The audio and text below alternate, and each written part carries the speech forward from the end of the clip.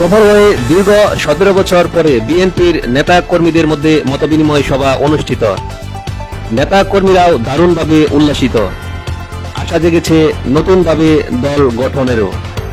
আজ 7 ডিসেম্বর শনিবার গফরগাঁও উপজেলার 2 থানার নেতা কর্মীদের মধ্যে এক মতবিনিময় সভা বেলা 12টায় স্থানীয় আদর্শ শিশু নিকেতন বিদ্যালয়ের অডিটোরিয়ামে অনুষ্ঠিত হয়।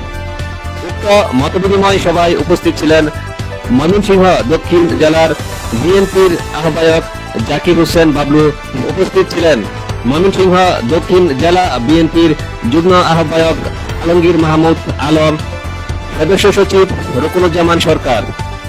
স্থানীয়ভাবে উপস্থিত ছিলেন উপজেলা বিএনপির সাবেক আহ্বায়ক এবি সিদ্দিকুর রহমান, সাবেক যুগ্ম আহ্বায়ক মুশফিকুর রহমান, পৌর বিএনপির সাবেক আহ্বায়ক ফজলুল হক, বাংলা থানার সাবেক আহ্বায়ক ডাক্তার মুফাক্কারুল ইসলাম রানা, সাবেক যুগ্ম আহ্বায়ক আখতারুজ্জামান বাচ্চু, সাবেক যুগ্ম আহ্বায়ক অ্যাডভোকেট আল ফাত্তাহ খান সহ এ সময়ে 2 থানার নেতাকর্মীরাও বক্তব্য প্রদান করেন বলে জানা যায়।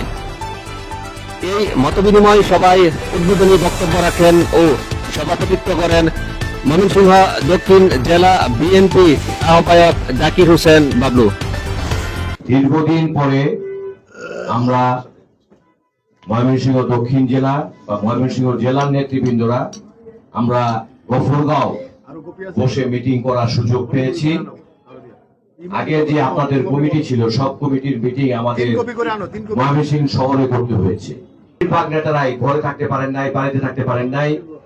অনেক নেতারাই গফরগাঁও বা পাগলায় আসারই সুযোগ পান নাই। এই অবর্ণনীয় নির্যাতনের পরে আমরা আজকে 5ই আগস্টে বৈষম্য বিরোধী ছাত্র এবং বিএনপি নেতৃবৃন্দরা যেগুলো গত 16-17 বছর যাবৎ আন্দোলন করে আসছি, সেটার সুফল হিসাবে 5ই আগস্টের দ্বিতীয়বারের স্বাধীনতা আমরা পেয়েছি।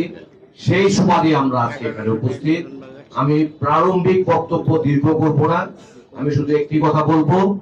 আজকে আমরা এই অনুষ্ঠানটাকে আপনারা যারা এখানে উপস্থিত আছেন, আপনাদের গফরগাঁও উপজেলা ও পাগলা থানা মিলে 15টি ইউনিয়ন আছে। প্রতিটি ইউনিয়ন থেকে একজন করে কথা বললে ভালো হয়। আর পৌরসভাতে যে 9টা ওয়ার্ড আছে, এই 9টা ওয়ার্ড থেকে একজন করে কথা বললে ভালো হয়। আপনারা আপনাদের মতামত দিবেন। আপনারা আপনাদের কমিটি, আমাদের ভারপ্রাপ্ত চেয়ারম্যান সাহেব কি কারণে ভেঙেছেন এটা আমরা যেরকম জানি আপনারাও সেরকম জানেন। এই কমিটি কিন্তু দক্ষিণ জেলা বিএনপিও ভাঙে নাই, এই কমিটি কিন্তু সাংগঠনিক টিমও ভাঙে নাই। আমাদের দলের যে বর্তমানে সর্বোচ্চ নেতা উনি আপনাদের 3টা কমিটি ভেঙে দিয়েছেন। আপনারা কমিটি কেন ভাঙলো সেই ব্যাপারে আপনাদের সকলেরই ধারণা আছে। আমরা আপনাদেরকে নতুন করে বলতে চাই না। আপনারা যারা বক্তব্য রাখবেন তারা শালীনতার সহিত বর্তমান সমস্যাটাকে উঠিয়ে ধরার চেষ্টা করবেন। কমিটি হয়, কমিটি ভাঙে, আবার নতুন করে কমিটি হয়। কিভাবে কি করলে আমরা গফরগাঁও উপজেলাটা থেকে আমাদের বিএনপিকে শান্তিপূর্ণ বিএনপি হিসাবে তৈরি করতে পারবো, শক্তিশালী বিএনপি হিসাবে তৈরি করতে পারবো, আপনারা সেইটার সাজেশন রেখে বক্তব্য রাখবেন। কাউকে ঘায়েল করার জন্য কথা বলেন না। আরেকটা কথা, কেউ কোনো কাউন্টার দিবেন না কারো বক্তব্যে। সবার অধিকার আছে, গণতান্ত্রিক অধিকার আছে, যে কিছু সবাই বলতে পারবে। যার যার মতামত ব্যক্ত করার অধিকার আছে।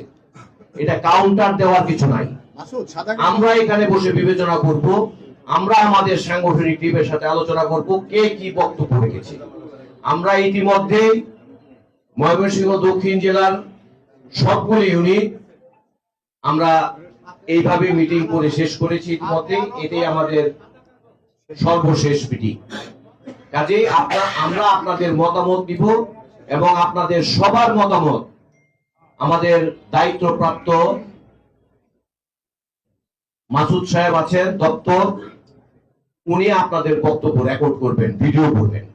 কাজে এমন কিছু বললেন না যেই কথা ভিডিওতে থাকলে পরবর্তী সময়ে আপনাদের সাংগঠনিক সমস্যা হতে পারে। কথার শালীনতার সহিত সাংগঠনিক বক্তব্য দেওয়ার চেষ্টা করব। আমরা সবার বক্তব্য রেকর্ড করব, এই বক্তব্য আমরা পাঠাবো আমাদের ঊর্ধ্বতন কর্তৃপক্ষের কাছে। এইখানে কেউ কারো ব্যাপারে, কারো কথার উপরে কথা বলে এমন কোনো কিছু তৈরি করেন না যে আমাদের আপনাদের বিরুদ্ধে শোকজ দিতে হয়। আমরা ইতিমধ্যে একটা থানাতে শোকজ দিয়েছি। আমরা ময়মনসিংহ দক্ষিণ জেলা বিএনপিটাকে সুন্দর করে সাজাতে চাই। আপনারা 3টা ইউনিট এখানে আছেন, আপনাদের সহযোগিতা ছাড়া সম্ভব না। আপনাদের সহযোগিতা চেয়ে আমি আমার কথা আপাতত শেষ করছি।